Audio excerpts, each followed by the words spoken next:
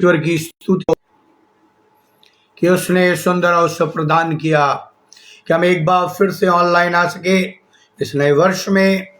आइए हम प्रार्थना करें। अनुग्रहकारी दयालु पिता परमेश्वर, आपको हृदय से धन्यवाद देते हैं कि आपने मौका दिया कि प्रभु जी हम प्रकाशित वाक्य में से फिर से सीख सकें जो हमने छोड़ा है, ताकि हम अंत के समय की भविष्यवाणियों को, अंत के समय में घटने वाली घटनाओं को, अंत के समय में जो तूने कहा है उन चिन्ह और चमत्कारों को अपनी आंखों से देख सके और बाइबल से समझ सके। प्रभु जी हमारी बुद्धियों को, ज्ञान को खोल दीजिए ताकि हम तेरी गुण बातों को समझ सके। हम इनकी प्रार्थना करते भाई अनुपम डेविड के लिए, उनके परिवार के लिए, हमारे परिवार के लिए, और प्रभु जी जितने लोग चाहते हैं उनके लिए प्रार्थना की जाए, उन सबों के परिवार के लिए हम इनकी प्रार्थना करते हैं।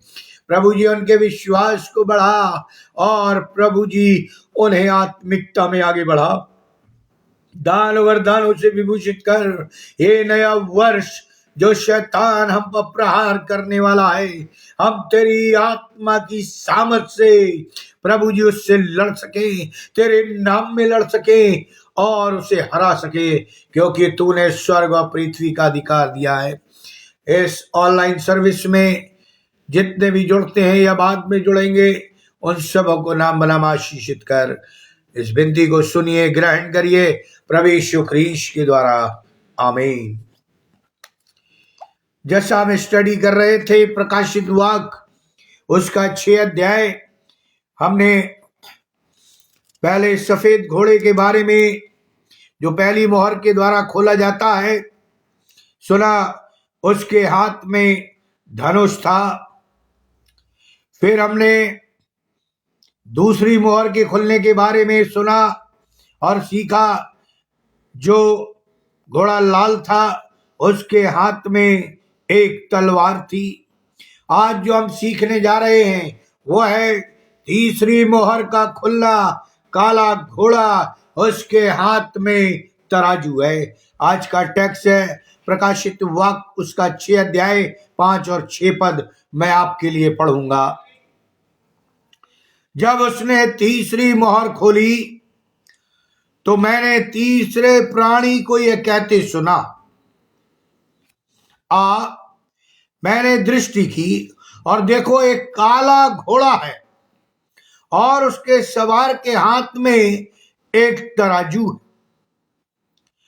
और मैंने उन चारों प्राणियों के बीच में से एक शब्द ये कहते सुना, दीनार का सेर भर गेहूं और दीनार का 3 सेर जौ, पर तेल और दाखरस की हानि ना करना। तेल और दाखरस की हानि ना करना। प्रियो, जकरिया 6:2 और 6 पद भी आप मेरे साथ निकाल लीजिए। जकरिया नबी की पुस्तक उसका 2 अध्याय और उसका 2 अच्छे पद। जकरिया नबी की पुस्तक उसका 2 अध्याय उसका 2 और 6 पद। देखिए वहां क्या लिखा हुआ, क्या बाइबल कहती है भविष्यवाणी के बारे में। पढ़ता हूं मैं आपके लिए।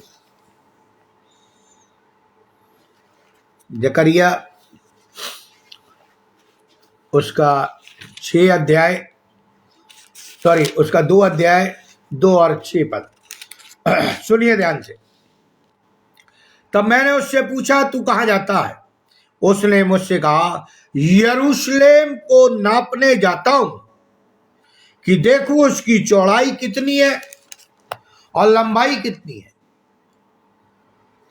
फिर 6वां पद, यहोवा की ये वाणी है, देखो सुनो, उत्तर के देश में से भाग जाओ, क्योंकि मैंने तुमको आकाश की चारों वायुओं के समान तितर बितर किया।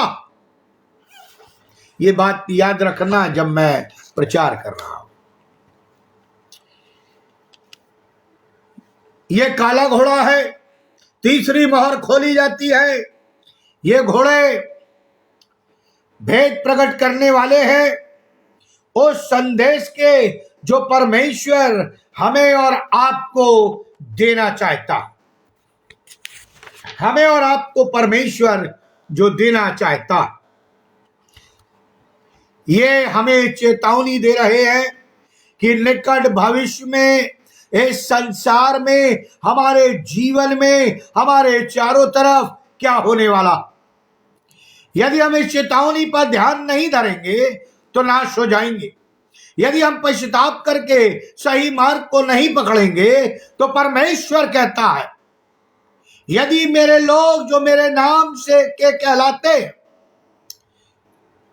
अपने को नम्र करे, प्रार्थना करे और मेरे चेहरों को निहारे और अपनी बुराई से बाज आए, तो मैं स्वर्ग से उनकी सुनूंगा और उनके पापों को क्षमा करूंगा और उनके देश को चंगाई भेजूंगा, उनके देश में चंगाई भेजूंगा।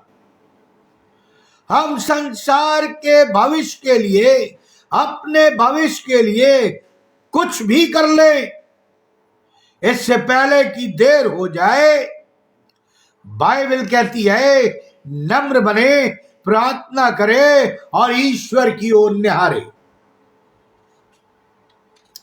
परमेश्वर के संदेश, वचन गलतियों को ठीक करने में या गलतियों को ठीक करने में, जो हमारी गलतियां हैं, सहायता करते।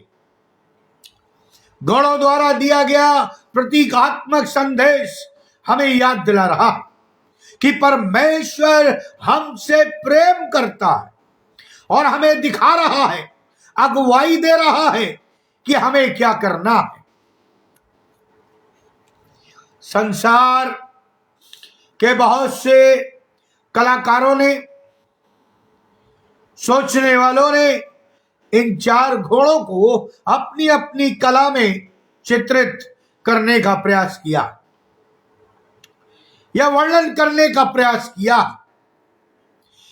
एक काला चित्र में तीसरा अर्थात काला घोड़ा सबसे भयंकर नजर आता, एक बवंडर के समान नजर आता, एक तूफान के समान नजर आता। विलाप गीत में स्पष्ट लिखा हुआ है, 4 अध्याय 8 और 9 पद में पढ़ देता, तब आपको मेरी बात समझ में आएगी।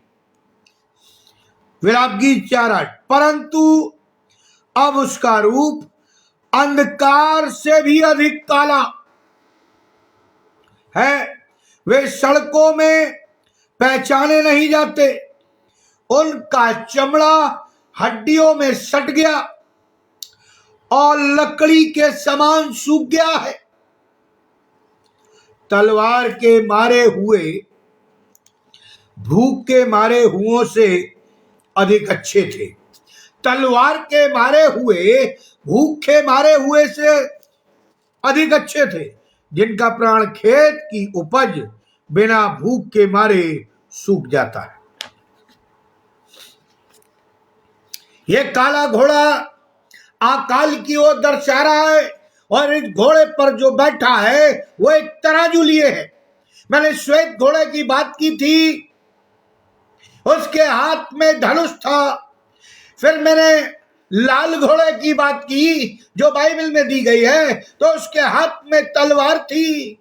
आज मैं काले घोड़े की बात कर रहा हूं। जब मोहर खोली जाती है, काला घोड़ा निकल के आता है, उसके हाथ में तराजू और एक आवाज सुनाई देती है, गेहूं दीनार का शेर भर और जौ दीनार के 3 शेर और तेल और दाख मधु की हानि ना कर। यानी गेहूं की तू हानि कर सकता है, जौ की हानि कर सकता है, लेकिन तेल और दाख मधु की हानि ना करना। एक समय था कि 1 रुपए का 16 सेर गेहूं मिलता था। अब समय है गेहूं 24 रुपए का 1 किलो मिलता। महंगाई बढ़ती जा रही। ऐसा ही दूसरे अन्न व दालों के बारे में कह सकते हैं। महंगाई चरम पर है, अकाल की ओर हम और आप बढ़ रहे हैं। पैदावार कम है, खर्च ज्यादा। लाल घोड़े के बाद काला घोड़ा, अर्थात युद्ध के परिणाम में आती है महंगाई, अकाली और कमी। तृतीय विश्व युद्ध 3.5 वर्ष चलेगा।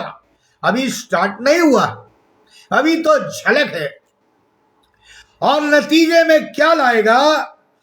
अकाल, और लाखों भूख से मरेंगे। लाखों भूख से मरेंगे। ये मैं नहीं कह रहा हूं, ये बाइबल कह रही है। लाखों को पर्याप्त भोजन प्राप्त ना होगा। मानसिक व भावात्मक बीमारियां उन्हें घेर लेगी। निराशा और मृत्यु उन्हें दबोच लेगी।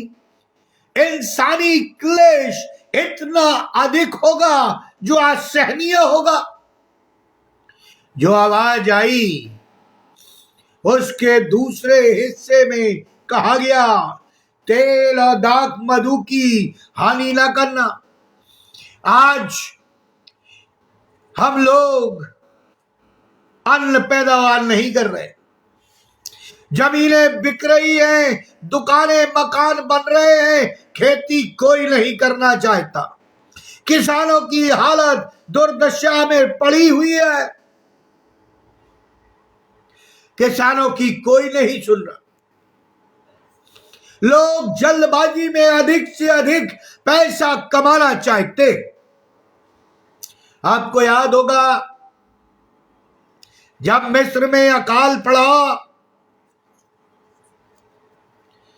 तो आप जानते हैं क्या हुआ। चारों तरफ अकाल पड़ा तो क्या हुआ? परमेश्वर ने अपने लोगों को बचाने के लिए यूसुफ को मिस्र का प्रधानमंत्री बना दिया। प्रियो, जो मैं कहना चाहता हूं वो ये है, परमेश्वर तो अपने लोगों को बचा लेगा, लेकिन क्या परमेश्वर के लोग पश्चाताप कर रहे हैं, प्रार्थना कर रहे हैं, बाइबल पर विश्वास कर रहे हैं, भविष्यवाणियों को मान रहे हैं, इन आंखों से देखकर लोगों को बचाने का प्रयास कर रहे हैं?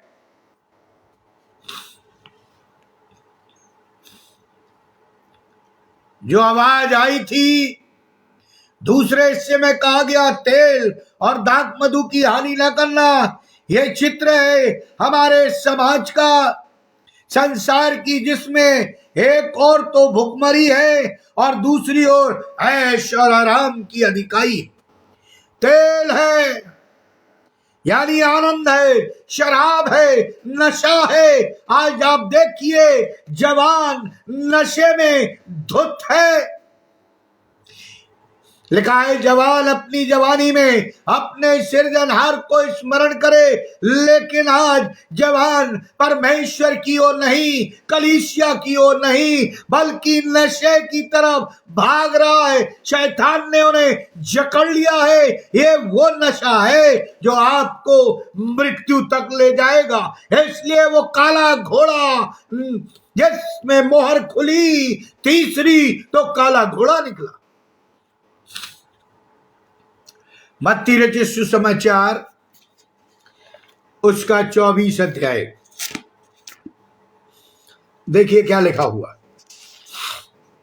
मत्ती 24:7 में, क्योंकि जाति पर जाति और राज पर राज चढ़ाई करेगा और जगह जगह अकाल पड़ेंगे और भूकंप होंगे। जहां लड़ाइयां होंगी वहां अकाल पड़ेंगे, भूकंप आएंगे। अभी आप देख रहे हैं गाजा का क्या हाल हुआ, फलस्तीन का क्या हाल हुआ, सीरिया का क्या हाल हो रहा है, लेबनान का क्या हाल हुआ, हिजबुल्ला, हुती, हमास का क्या हाल हुआ। मैं अभी लेक्चर बना रहा हूं, उस पे आगे बताऊंगा आपको, इसी भी संदेश में आगे,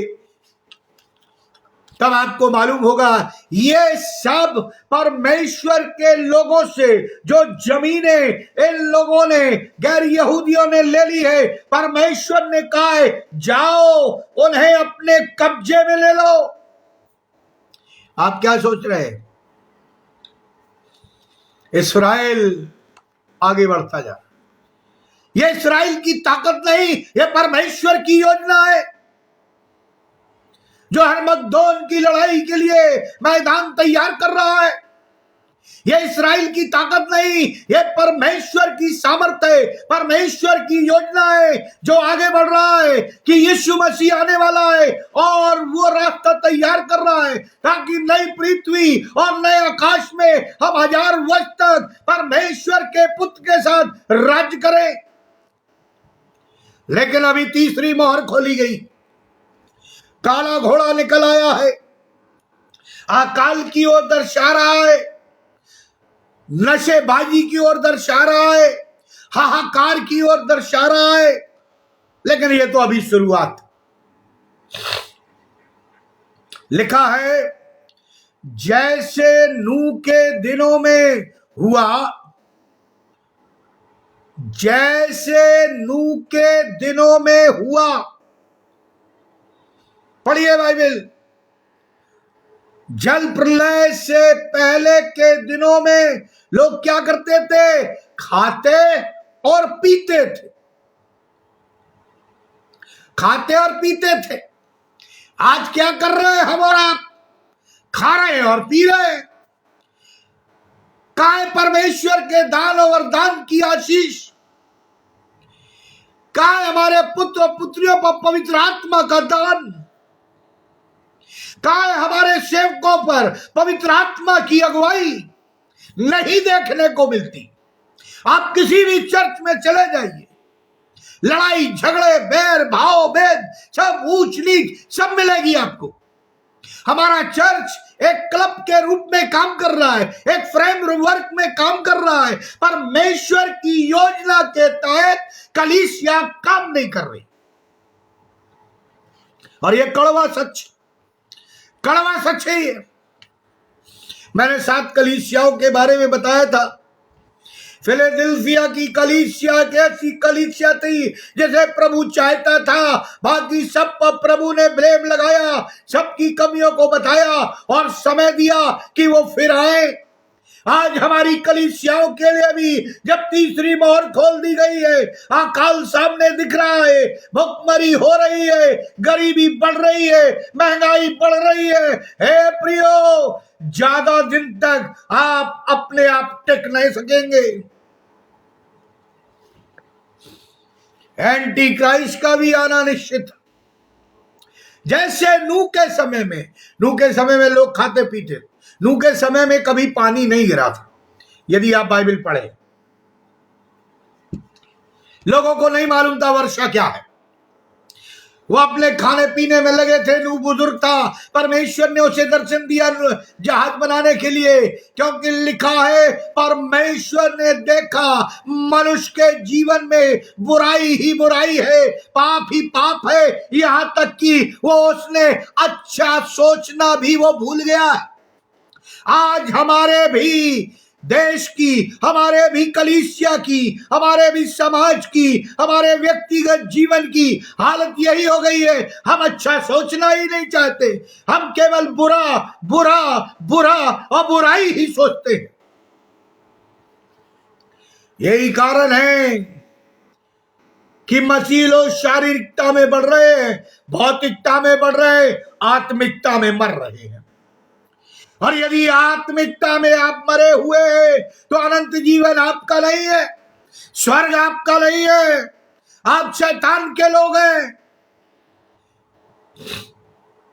और जब पानी कभी नहीं बरसा, नूह प्रचार करने लगा, मन फिराओ। लोग कहने लगे, अरे ये तो सिटिया गया है, अरे इसको क्या हो गया है, अरे ऐसी जगह नाव बना रहा है, ना नदी है, ना समुंदर है, ना कुछ भी है। बोले ये तो पगला गया। देखिए परमेश्वर की योजना, जो परमेश्वर पर विश्वास करते। नूह के परिवार में 8 व्यक्ति थे, वो बचा लिए गए। और नूह इतना नम्र था, इतना दीन था, परमेश्वर जानता था कि यदि लोग इसके पास आएंगे और गिड़गिड़ाएंगे और सहायता मांगेंगे तो ये उनके लिए खिड़कियां या दरवाजे खोल दे। परमेश्वर ने अपने हाथ से उसे बंद कर दिया। नूह भी कुछ नहीं कर सकता। कई बार हम और आप जो प्रभु के लोग हैं सोचते हैं हम इनके लिए प्रार्थना कर रहे, ये क्यों नहीं सुनी जा रही। हम रो रो के उपवास के साथ प्रार्थना कर रहे, क्यों नहीं सुनी जा रही। वो इसलिए नहीं सुनी जा रही क्योंकि परमेश्वर उनसे नाराज है और उनके दरवाजे उसने बंद कर दिए। अगर परमेश्वर ही नाराज हो जाए तो हमें बचाने वाला कोई नहीं। और जब पानी गिरने लगा, लोग जय जयकार करने लगे। उस समय भी शादी ब्याह होते थे, आज भी हो रहे। उस समय भी लोग खाते पीते थे, आज भी खा रहे। उस समय भी लोग पश्चाताप नहीं करते थे, आज भी नहीं कर रहे। तभी लिखा है, जैसे नूह के दिनों में हुआ कि जल प्रलय से पहले के दिनों में लोग खाते पीते थे, वैसे अंत के दिनों में भी होगा। अंत समय में भी दोनों स्थितियां, अकाल,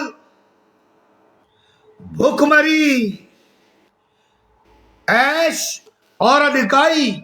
अब इस चीज को समझ लीजिए, जहां लड़ाई झगड़े होंगे, बम गिरेंगे, वहां पैदावार तो नहीं होने वाली। आप देखिए इस्राइल बम पटक रहा है, 50-50 मीटर तक बम बंकर फोड़ते हुए जा रहे हैं। वहां कुछ पैदा कर सकते हैं?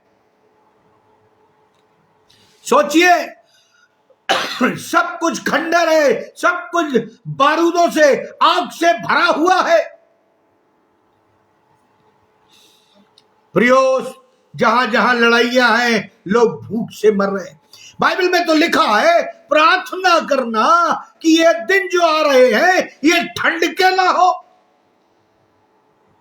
लेकिन अब क्या है, हम तो देख रहे हैं ठंड में ही ये सब काम हो रहे हैं। ठंड में थोड़ी सी भी चोट लग जाए तो जान निकल जाती। ऐसे ऐसे लोग इनोसेंट मारे जा रहे हैं। लिखा है जो उत्तर में है वो भाग जाए, वहां ना रहे। बाइबल कह रही है भाग जाए। प्रियो, ये परमेश्वर का कहर है। परमेश्वर अपनी सामर्थ को और लोगों को दिखाना चाहता है, आज भी जो उस पर विश्वास नहीं करते। ऐश्वर्य आराम, आज लोग उस मूर्ख के समान भंडार इकट्ठा करते जा रहे। हमारे यहां भी कई कंपनियां हैं जो अनाजों के भंडार इकट्ठा कर रही।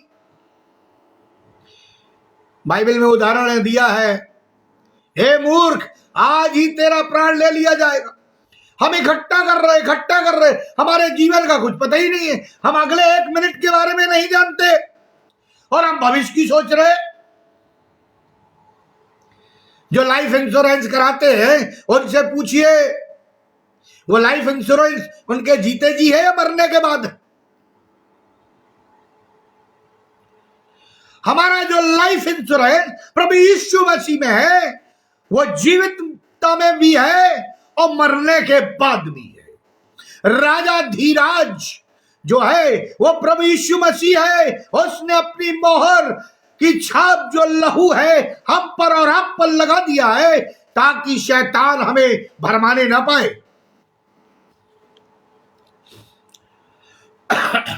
हम अपने चारों ओर इन बातों को देख रहे हैं, यानी मत्ती 24:7 को, लड़ाई झगड़े द्वेष बैर भाव, और एक और दावा करते हैं प्रगति का, उन्नति का, और उसके नतीजे क्या है? कुछ भी नहीं दिखाई देते। हम प्रगति की बात करते हैं, हम उन्नति की बात करते हैं। हम मसीही लोग उन्नति और प्रगति क्या मानते हैं? संसारिकता में। अरे प्रभु यीशु मसीह तो कहता है तुम इस संसार में हो, लेकिन इस संसार के नहीं। तो फिर हम संसारिक वस्तुओं पर क्यों मन लगाए हुए? क्यों मन लगाए हुए? हम आत्मिकता की ओर मन क्यों नहीं लगाते? प्रियो, दान और वरदान बाइबल में दिए गए, 9 दान और 9 वरदान, आपको कौन सा मिला है? कौन सा मिला? कौन सा तोड़ा प्रभु ने हमें और आपको दिया है? पढ़िए बाइबल। कोई भी खाली हाथ नहीं है। या तो हमने गाड़ के रख दिया है, या छिपा के रख दिया है, या डर के मारे रख दिया है। प्रियो, कहने का मतलब है जो प्रभु ने हमें जितना साल इस पृथ्वी पर दिया है, हम प्रभु के लिए कोई काम करे, दान और वरदानों को लेकर भटकी हुई आत्माओं को बचाए, क्योंकि काला घोड़ा छोड़ दिया गया है, मुहर खुल गई है, अकाल, भूखमरी, नाना प्रकार की चीजें बढ़ती जा रही है, और हमारे ऐश और आराम भी बढ़ रहे। जितना ऊंचा सेवक उतना ही आलीशान रहन सहन। बाइबल में कहीं नहीं लिखा the Christian life is a luxurious life. जितना ऊंचा बड़ा सेवक, जितने ऊंचे पद पर, उतने ही अय्याशी। और आप देखते हैं पेपरों में छप रहे, टीवी पे आ रहे, कहने की जरूरत नहीं है। ये सब काले घोड़े का प्रकोप है, जिसने हमें और आपको अंधा कर दिया है, जो आत्मिकता की ओर देख नहीं पा रहे। हमारे ऊपर संसार की पट्टी लगा दी है, हमारे चकाचौंध कर दिया है, हम संसारिकता की बेभौता में बह रहे हैं, हमें आत्मिकता नजर ही नहीं आ रही। उस बिलाम की तरह कि सामने से दूत नंगी तलवार लिए खड़ा है, लेकिन उसे वो स्वर्गदूत नहीं दिखाई देता जो मौत की तलवार लिए खड़ा है, और वो गधी का मुंह खुल जाता है और वो बातें करती। आज हमारे पास ये खुली पुस्तक है बाइबल, ये बातें करती है। कब? जब हम इससे को पढ़ेंगे, जब हम इससे बातें करेंगे। It is a living thing. ये जीवित वचन है परमेश्वर का, ये बातें करता है। समय तो निकालिए, पढ़िए। तो केवल 1 चैप्टर 2 चैप्टर पढ़ने से कुछ नहीं होता।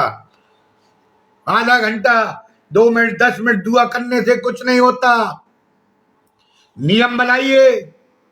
परमेश्वर लिखा है आदम से नियम से मिलने आता था, हर संध्या को आता, समय से आता था। हम कब मिलने जाते अपने? हम तो चर्च भी लेट जाते, घंटा बज जाता है, 10 मिनट ले जाते हैं, 20 मिनट ले जाते हैं। हम तो सोचते हैं कि हम बहुत बड़ा एहसान कर रहे हैं चर्च जाकर, कि परमेश्वर को हम तेरे लिए आ गए महिमा करने। क्या हम उसकी इंसल्ट नहीं कर रहे लेट जाकर? हम बड़े अधिकारियों के पास जाते हैं, 10 मिनट पहले पहुंच जाते हैं, लेकिन हम अपने प्रभु से मिलने जाते हैं तो लेट जाते हैं। क्या स्टैंडर्ड है हमारी आत्मिकता का? क्या मसीहत है हमारी आत्मिकता में? लेकिन हमें दिखाई नहीं देता, क्योंकि शैतान ने संसार की पट्टी हमारे ऊपर बांध रखी है जो काली है। प्रियो, ऐसे लोग हैं इस पृथ्वी पर जिनके पास बहुत अधिक आयुष्य है,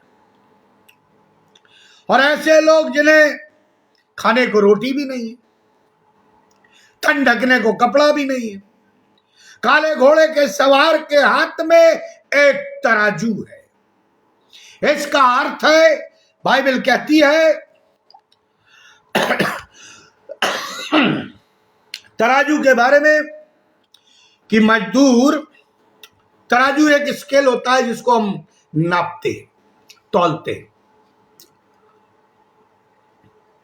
तेरे काम को तौला गया लेकिन तू हल्का निकला। मैं आत्मिकता की बात कर रहा हूं। बाइबल क्या कहती है? हम मसीहों को बहुत सावधानी से अपने जीवन को जीना है, लेकिन हमने तो उसे मजाक बना रखा। मजदूर दिन भर परिश्रम तो करेगा, मैं तराजू की बात कर रहा हूं, स्केल की बात कर रहा हूं। मजदूर तो दिन भर परिश्रम करेगा और केवल इतना कमा सकेगा कि जिंदा रह सके। सुन लीजिए ध्यान से, ये काला घोड़ा तो है, मजदूर मजदूरी तो करेगा लेकिन इतना ही कमा सकेगा कि वह जिंदा रह सके, जोड़ कुछ ना सकेगा। बच्चों का पेट भरने के लिए पूरा ना होगा। अभी समय आ रहा, देखिए आज की समस्या है गरीब, और गरीब होता जा रहा है। हम अपने ही देश में देख लें, गरीब और गरीब होता जा रहा है, अमीर और अधिक अमीर हो रहा है। इसलिए लिखा है तेल और दाखरस की हानि न करना। ऐसा काला समय आने वाला है कि जिसका मुकाबला नहीं कर सकता, हम और आप नहीं कर सकते। यह स्थिति और बिगड़ती जाएगी। आप लिख ले, ये बाइबल कहती है, और बाइबल का कहा हुआ कोई काट नहीं सकता। संसार खाद्य समस्या से जूझ रहा है। हम शादी ब्याह में खाना खाने जाते हैं और अब वहां स्लोगन लगे रहते हैं, खाना बर्बाद ना करें, ये दूसरों के भी काम आ सकता। विश्व खाद्य दिवस मनाए जाते हैं। समस्या के कुछ कारण हैं, पैदावार कम हो गई है, बांटने के सही तरीके नहीं, यानी बेईमानी है, धोखाधड़ी है, सरकारी तंत्र लापरवाह हो गए हैं, मानव जीवन सस्ता हो गया है, कोई कद्र ही नहीं है, जानवरों की वैल्यू बढ़ रही, मानव जीवन सस्ता हो गया, जानवरों की वैल्यू बढ़ रही। क्यों? ये बाइबल में लिखा हुआ है। प्रियो, मसीही विरोधी के अध्यक्ष काल में यानी सिस्टम में इंतजाम और बिगड़ेगा।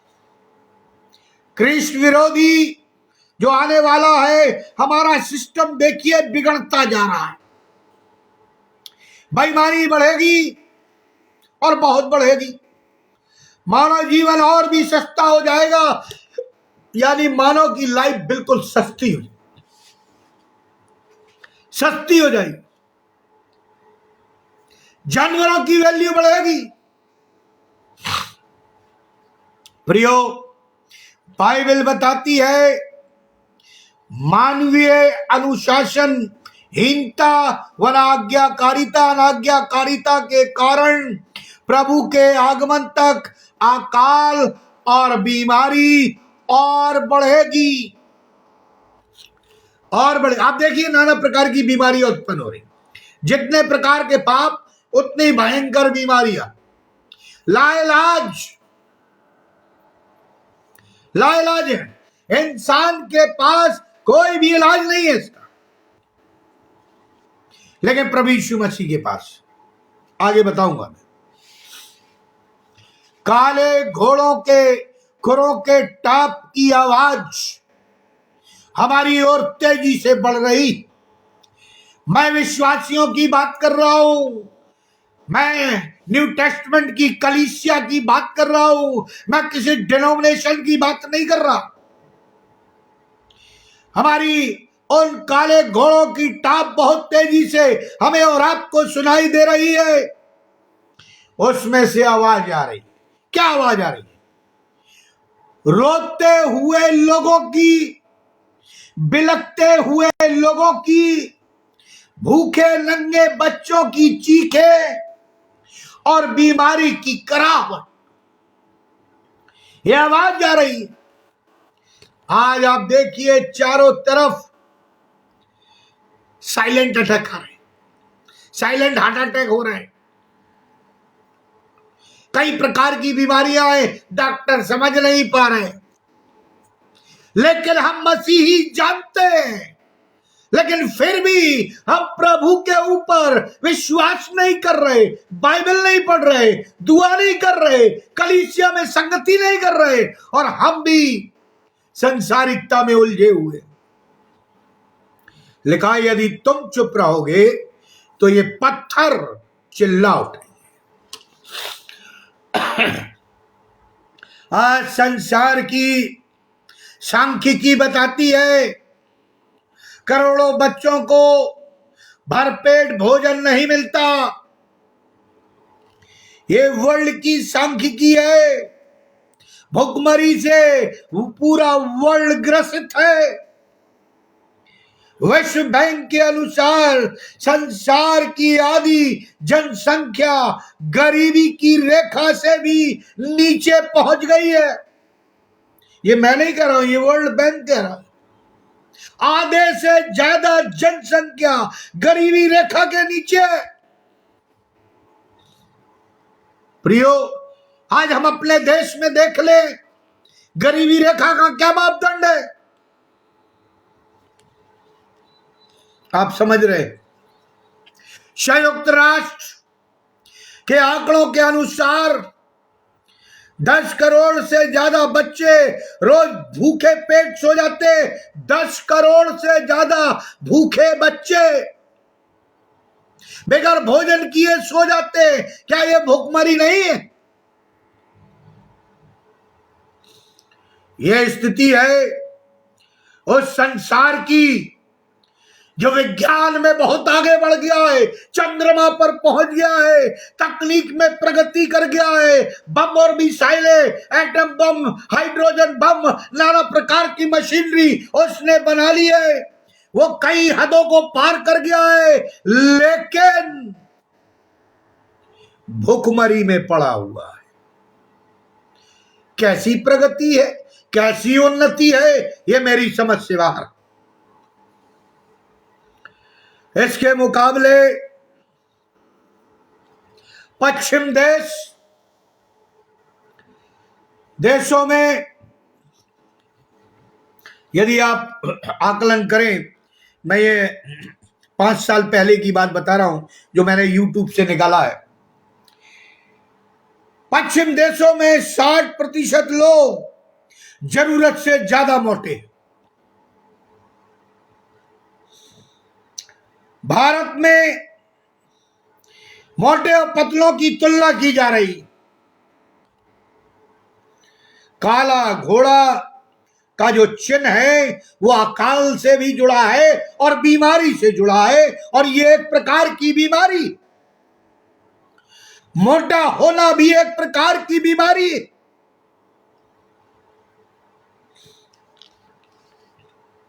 प्रियो, चिकित्सा विज्ञान आज अपनी चरम सीमा पर है। देखिए, हाई टेक्नोलॉजी, हाई ऑपरेशन, बड़ी बड़ी विज्ञान की खोज,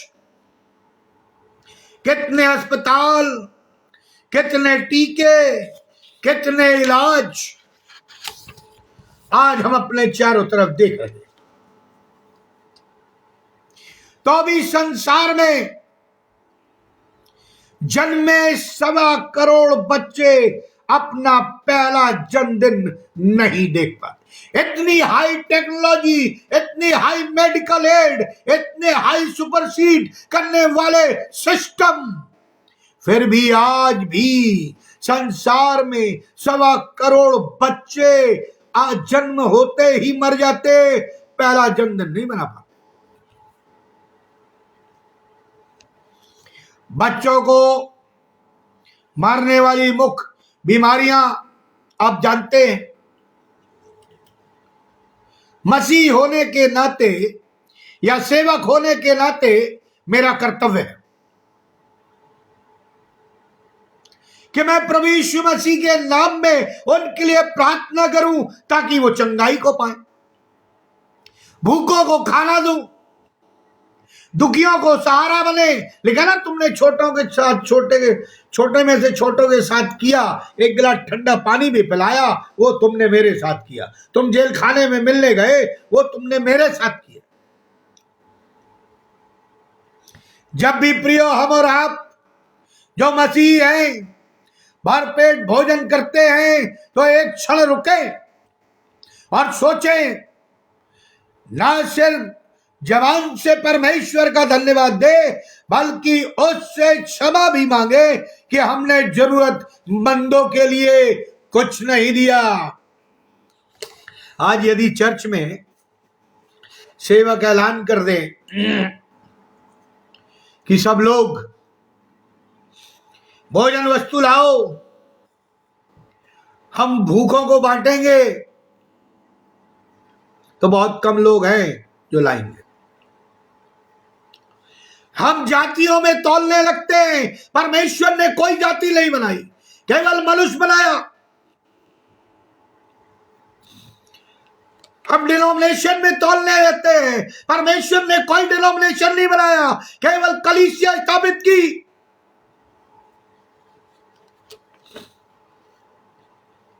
प्रियो, कहने का मतलब है हम और आप देखें कि हम कर क्या रहे हैं। आज कलीसिया क्या कर रही है अपने प्रभु के लोगों के लिए? क्या कर रही है? काला घोड़ा निकल चुका है तराजू लिए। आज कलीसिया की क्या ड्यूटी है? क्या वो पूरा कर रही है?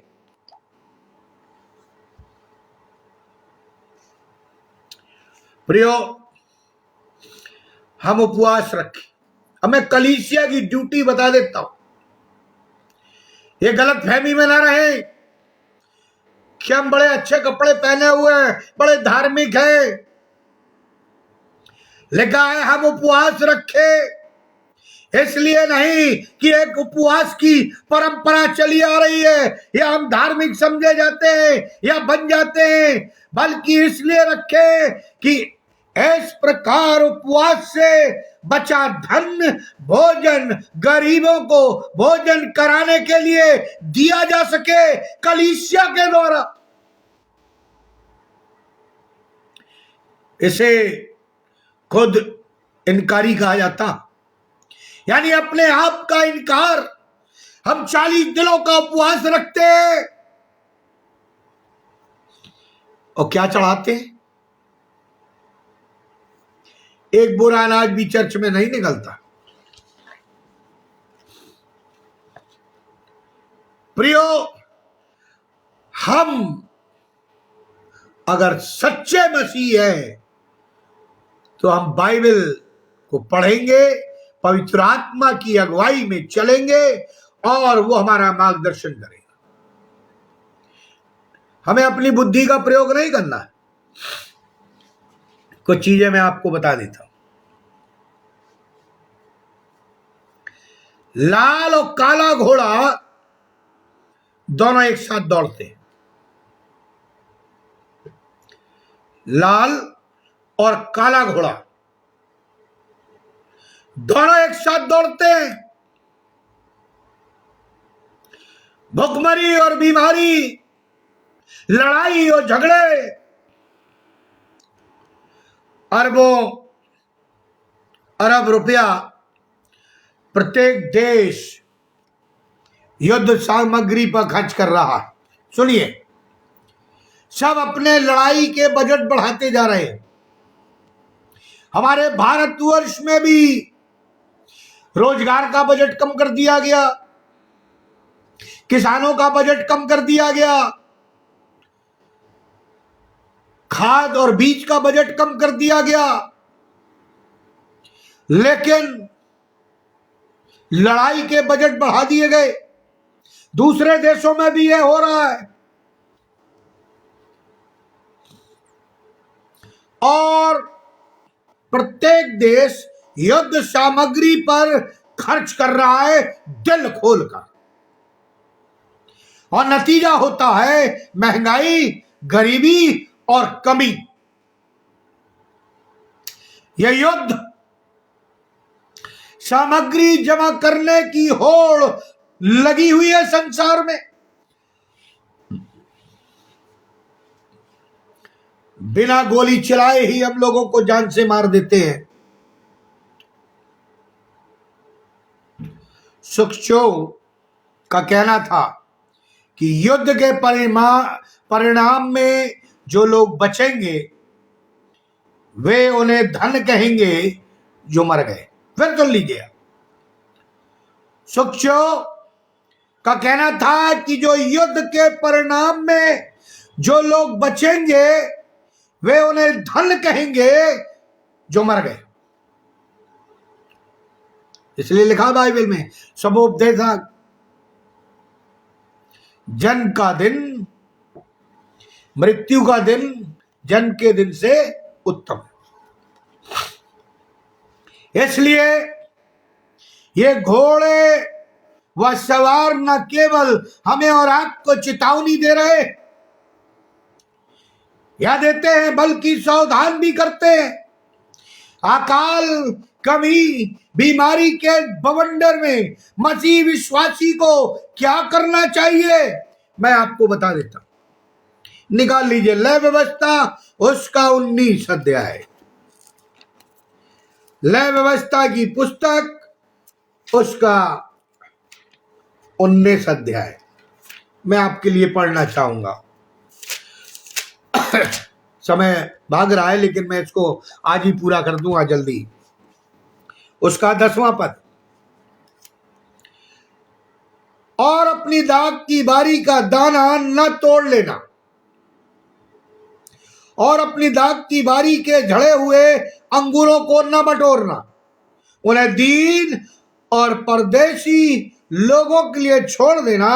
मैं तुम्हारा परमेश्वर यहोवा हूं। मैं तुम्हारा परमेश्वर यहोवा हूं। लेकिन हम क्या करते हैं? हम 1 रुपए भी छोड़ना नहीं चाहते। 1 रुपए भी नहीं छोड़ना चाहते हम। लिखा है व्यवस्था विवरण 15 अध्याय 11 पद में, देश में दरिद्रों का कभी अंत नहीं होगा। इसलिए मैं तुझे आज्ञा देता हूं कि तू अपने भाई के लिए तथा अपने देश के दीन और दरिद्रों के लिए अपनी मुट्ठी उदारता पूर्वक खोलना। व्यवस्था विवरण उसका 15 अध्याय 11 पद कह रहा। नीति वचन 14:2 कहता है, कंगाल पर दया करने वाला धन्य है। जो निर्धन पर दया दिखाता है वो यहोवा को उधार देता है। कितनी बड़ी चीज यहां पर बोल दी गई कि जो निर्धन पर दया दिखाता है वो परमेश्वर यहोवा को उधार देता है। इसलिए लिखा है, लेने से देना धन्य है प्रेरितों के काम में। नीति वचन 19:17 में लिखा है, और यहोवा उसके इस भले कार्य का प्रतिफल देगा। हमें आपको क्या मिलेगा? आज हमारे चारों तरफ बहुत ही भयंकर स्थिति है, यह हम और आप भी जानते हैं। हम धन्य हैं जो विश्वासी हैं, क्योंकि प्रभु ने अपने संरक्षण में, अपने बाहों में छिपाकर हमें रखा है, लहू के कवच से हमें ढांक कर रखा है। शैतानी शक्तियां हम पर प्रबल नहीं हो रही है। इसका यह मतलब नहीं कि हम हाथ पर हाथ रखकर बैठे रहे।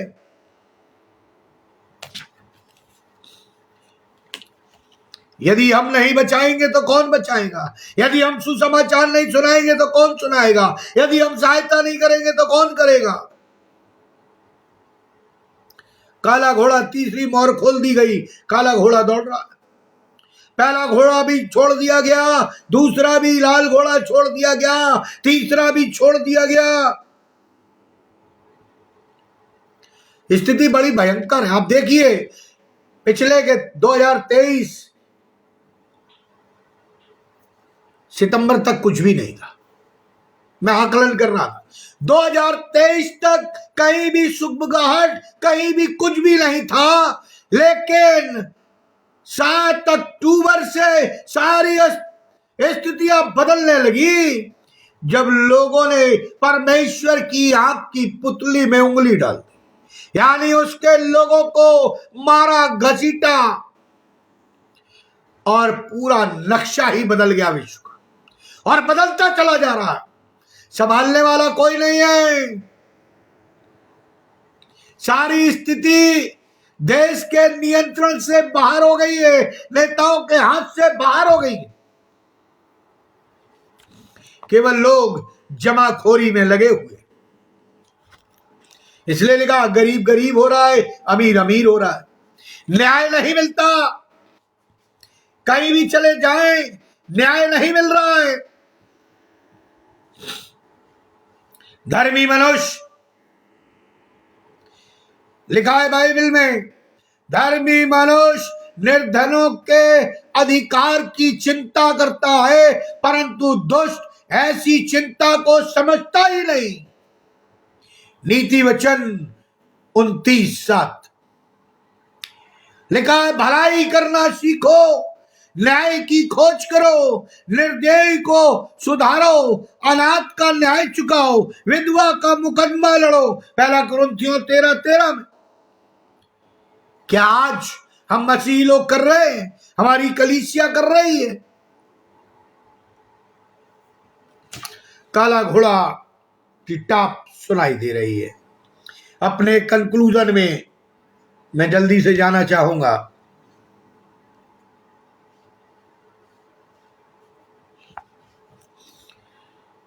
एक कहावत मुझे याद आती है कि अंधेरे को कोसने से कहीं अधिक अच्छा है कि हम एक दिया जला दें। सुनिए ध्यान से, अंधेरे को कोसने से अच्छा है कि हम एक दिया जला दें। आज मसीही लोग एक दूसरे पे दोषारोपण करते हैं। अरे हम ही पहल कर ले, हम ही पहले से करें। यदि हमारी कलीसिया गॉस्पेल के कार्य नहीं कर रही जो बाइबल में दिए गए हैं, यानी सुसमाचार नहीं सुना रही, प्रार्थना नहीं कर रही, उपवास नहीं कर रही, दशवांश नहीं दे रही, समय से उपस्थित प्रभु के चरणों पर नहीं हो रही, वचन को नहीं पढ़ रही, वचन का अध्ययन नहीं कर रही, लोगों की सहायता नहीं कर रही, लोगों के लिए प्रार्थना नहीं कर रही, तो वो कलीसिया नहीं है। केवल प्रचार करने से कुछ नहीं होगा, प्रैक्टिकल की जरूरत है। प्रभु यीशु मसीह ने कोई भी शिक्षा दी या कोई भी चीज कही तो उसने पहले करके दिखाया, तब आज्ञा दी। आज यही मसीहों को करना है, लेकिन हम उल्टा करते हैं। हम शिक्षाएं तो दे देते हैं, उस पर खुद अमल नहीं करते, तो कौन सुनेगा हमारी? मैं जब छोटा था तो मैं कई जगह अपने माता पिता के साथ जाता था, और मेरे पासवान भी थे, मैं कईयों के साथ मैंने काम किया। मैं उनके साथ जाता था तो चाहे वो कोर्ट हो, चाहे वो अस्पताल हो, चाहे वो कहीं हो, लोग खड़े हो जाते थे। आज अन्य जाति हमें और आपको शिक्षाएं दे रहे हैं, वो हमें बता रहे हैं हमारी बाइबल में क्या लिखा हुआ है, वो हमें समझा रहे हैं लड़ाई मत करिए, वो हमें समझा रहे हैं ये मत बेचिए, ऐसा मत करिए। मुझे बिली ग्राम का एक संदेश याद आता, वो कहते हैं जो चीज हमें चर्च में मिलना चाहिए वो चर्च के बाहर है, जो चर्च के बाहर मिलना चाहिए वो चर्च के अंदर है। उदाहरण देते हैं, लड़ाई झगड़े बैर भाव जो बाहर होने चाहिए वो सब चर्च के अंदर है। प्रेम दया क्षमा जो चर्च में होने चाहिए वो चर्च से नदारत।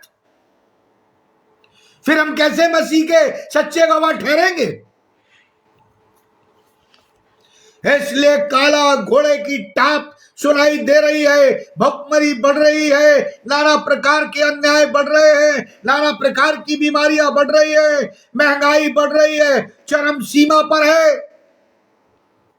क्या आपको प्रभु यीशु मसीह के आगमन का आभास नहीं होता?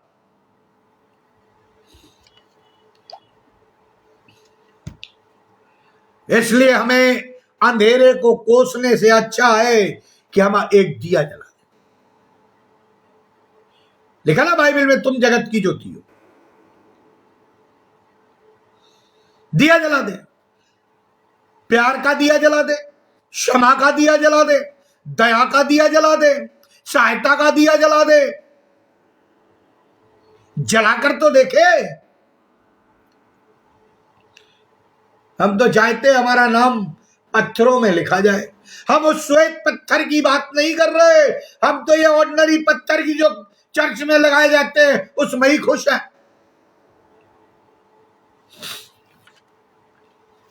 परमेश्वर ने हमको और आपको सेवा के लिए बुलाया। सुन लीजिए मसीहो, ये केवल पादरी या उच्च अधिकारियों का काम नहीं है। यदि आपने प्रभु यीशु मसीह को ग्रहण किया है तो आपको भी प्रभु यीशु मसीह की गवाही देना है, आपको भी प्रचार करना है, आपको भी आत्मा बचानी है, आपको भी प्रभु के बारे में सिखाना है। ये बाइबल कह रही। हम और आप अपने कर्तव्य की पूर्ति करें, बाकी हम उसके हाथ में छोड़ दें, क्योंकि वो सर्वशक्तिमान है, वो आगे करेगा। प्रियो, ये जो बात कही गई है काले घोड़े की और तराजू की, तराजू में एक, आजकल तो इलेक्ट्रॉनिक आ गए, एक पॉइंट भी इधर नहीं और उधर नहीं। तराजू बहुत खतरनाक होता है।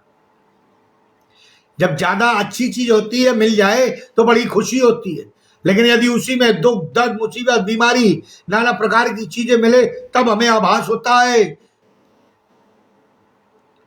प्रियो, जो मैं कहना चाहता हूं, हम तुम्हें सेत मिलाए सेत में दो, हम जमा करके ना रखें। जो भी टैलेंट परमेश्वर ने दिया है हम दूसरों को दें। जो भी परमेश्वर ने हमें और आपको आशीषें दी हैं वो हम दूसरों में बांटे। संसार जैसा तुम्हें शांति देता है ऐसा मैं नहीं देता, मैं परमानेंट शांति देता, क्योंकि मैं शांति का राजकुमार हूं। मैं कई परिवारों में गया, पिछले ही साल की बात बता रहा हूं, और लोग बोले पादी साहब हमारे परिवार में बड़ा लड़ाई झगड़ा, शांति नहीं है, एक दूसरे का कहना नहीं मानते। मैं पूछना चाहता हूं उन परिवारों से, क्या आपने ईमानदारी से अपने समय को प्रभु को दिया? यदि आप देते तो आपके बच्चे भी देखते और फिर उस पर अमल करते। क्या हम ईमानदारी से परमेश्वर के भवन में उसकी महिमा करने गए? यदि हम ईमानदारी से जाते तो हमारे बच्चे भी जाते। क्या हमने प्रभु को ईमानदारी से भेंट चढ़ाई है, या जो मन्नतें हमारी पूरी की है? यदि हम करते तो आज हमारे बच्चे भी करते। यदि हम ईमानदारी से उन्हें परमेश्वर के बारे में बताते और उन्हें इसके साथ में प्रेयर में बांधते तो वो आज बंधे होते। आज वे हमसे छटक गए हैं क्योंकि वो देखते हम दो चित्ता जीवन जी रहे हैं। हम संसारिकता में भी है और आत्मिकता में भी है, और ये हाल प्रभु के राज्य में नहीं चलेगा। इसलिए जब तू तौला गया तो हल्का निकला। ये बात नबूकदनेस्सर के लिए कही गई थी।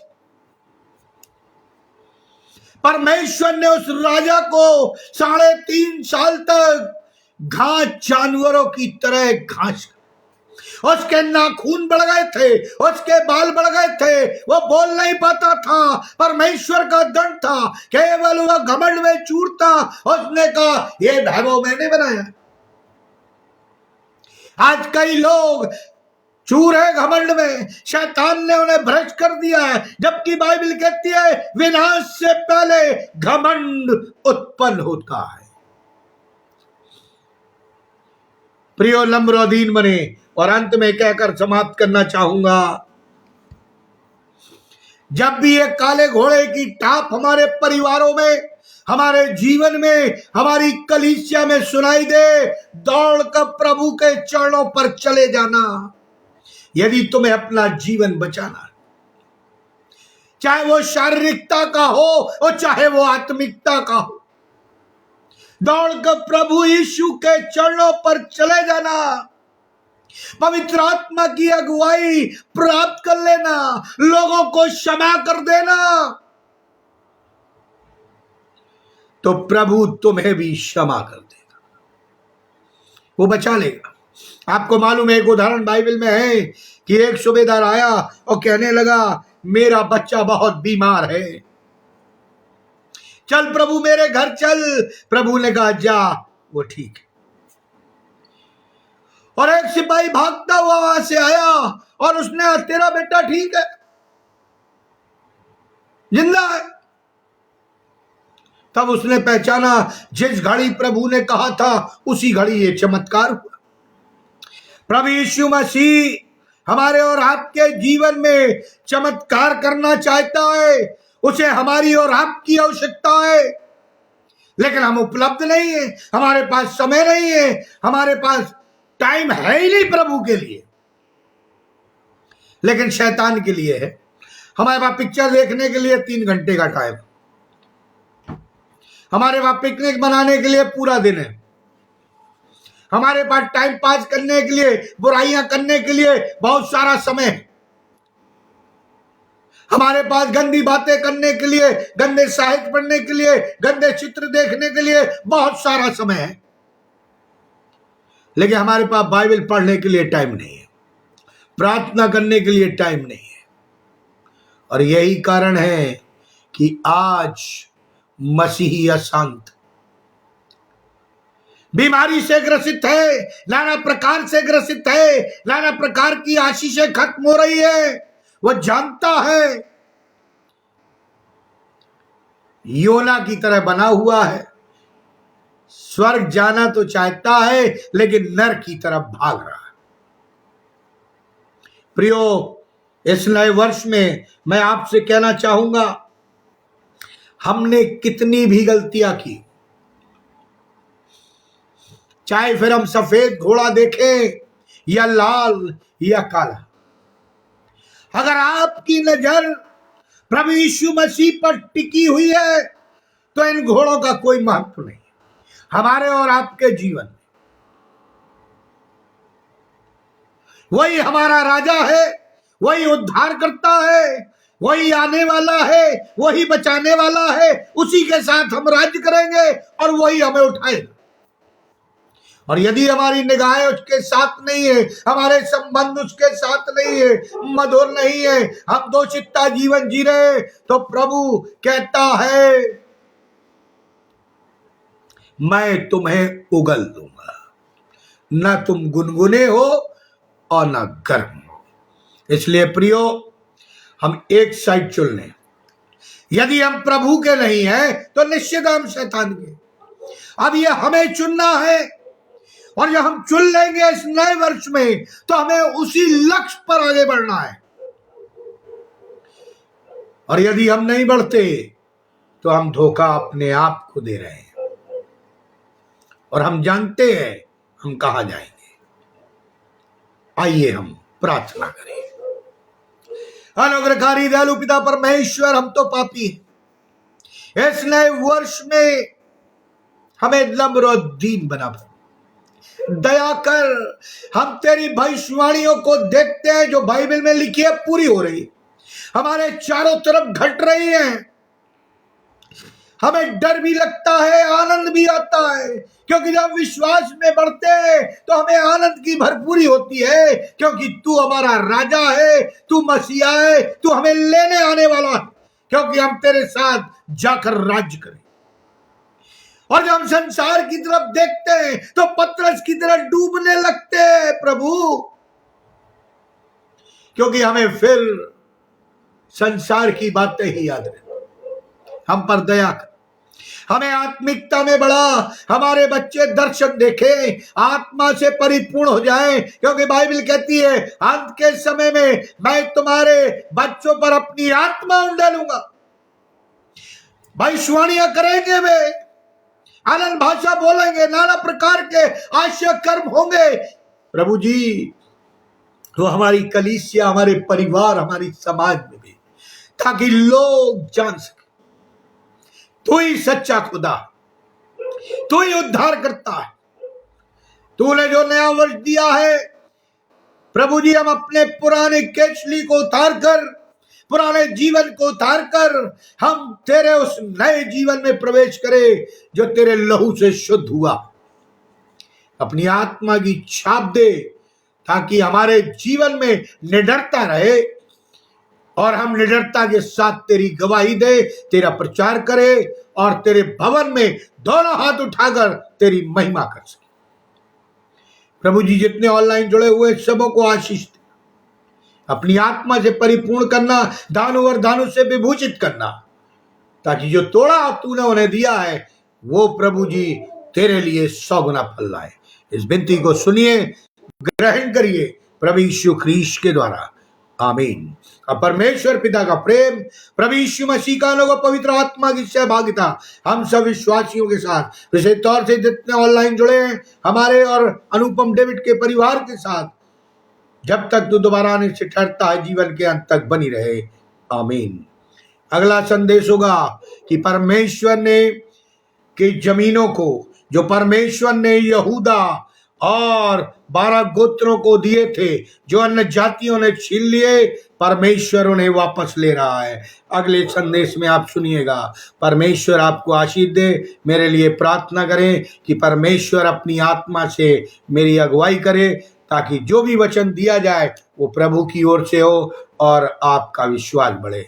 आमीन। Praise the Lord. जय मसीह।